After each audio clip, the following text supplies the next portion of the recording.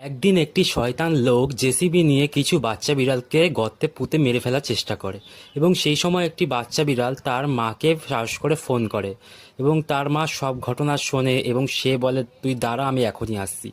এসে সেই জেসিবিগুলিকে দুমড়ে মুচড়ে একের পর এক ভেঙে ফেলে এবং সেখান দিয়ে তার বাচ্চাগুলোকে সে উদ্ধার করে নিয়ে যায় এবং তাকে ভালো মন্দ খেতে দেয়। তাতে গাইস আপনারা বুঝতে পারছেন মা আমাদের জীবনে কতটা মূল্যহীন জিনিস।